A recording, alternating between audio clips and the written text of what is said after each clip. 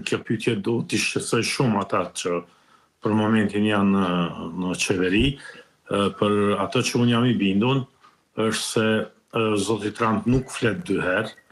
Do thotë gjithçka që është arritur në takimin e Washingtonit në mes të zotit Trump, kryeministrit Hoti dhe presidentit Vučić, ajo do të jetë baza nga e cila do të fillojë çdo gjë në raport të Kosovë, Serbi dhe Shtetet e Bashkuara të Amerikës.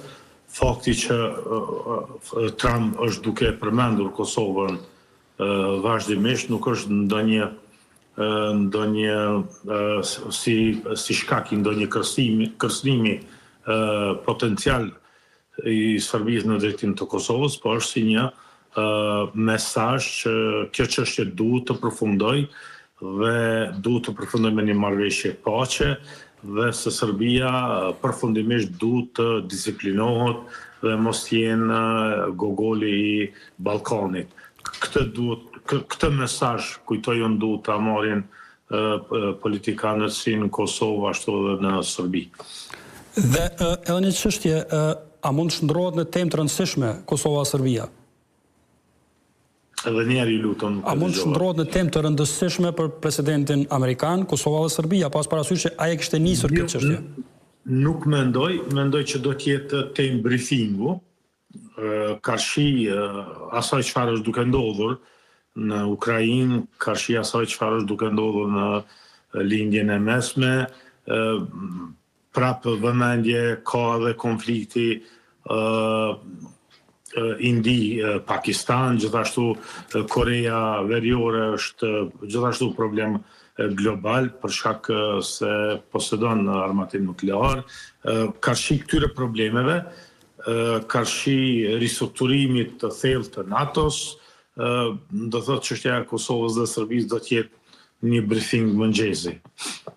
Dhe edhe një pyetje zëkajtase për të kthyer sërish në studio.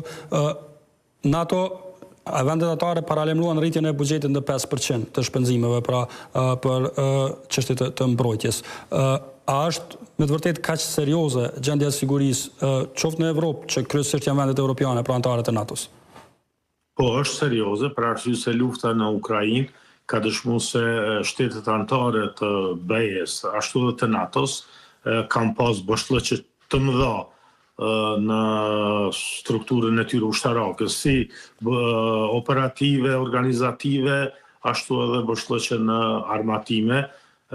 Do thotë lufta në Ukrainë ka dëshmuar për një zhvillim të një dimensioni tjetër të luftimit, do thotë luftimit inteligjent, dhe kjo do të jetë sfidë e luftave të ardhshme në të cilat shtetet evropiane nuk kanë qenë të përgatitura për të përballur me këtë gjendje. Gjithashtu është edhe sektori i prapavijës, sektori i furnizimit, do thotë kem pa se edhe pavarësisht se janë marrë vendime për të dërguar armatim në Ukrainë, kur janë shikuar depot kanë rezultuar që janë të zbrasta. Do thotë këto informacione kanë qenë të disponueshme për qeverinë amerikane. Në mandatin e kaluar zoti Trump ka bë kërcënim se do të largohet nga NATO për arsye se Amerika nuk paguan mbrojtje për shtetet anëtare të NATO-s. Trump ka kërkuar që participimi të jetë i barabartë për të gjithë. Kërcënimi i tij ka rezultuar të jetë serioz dhe të jetë me vend. Ajo batuta sot që ishte në mes të sekretarit të NATO-s dhe zotit Trump se babushi nganjëherë duhet ta ngrisë zërin para fëmijëve, është pikërisht kjo që zoti Trump ka treguar një leadership jashtëzakonisht të fortë, po njëkohësisht ka demonstruar edhe një personalitet të paqës, një personalitet i cili është interesuar që bota të jetojë në paqe, pa tensione që rrezikojnë ardhmërinë e vendeve Kajtazi, pse të shndrosh në pak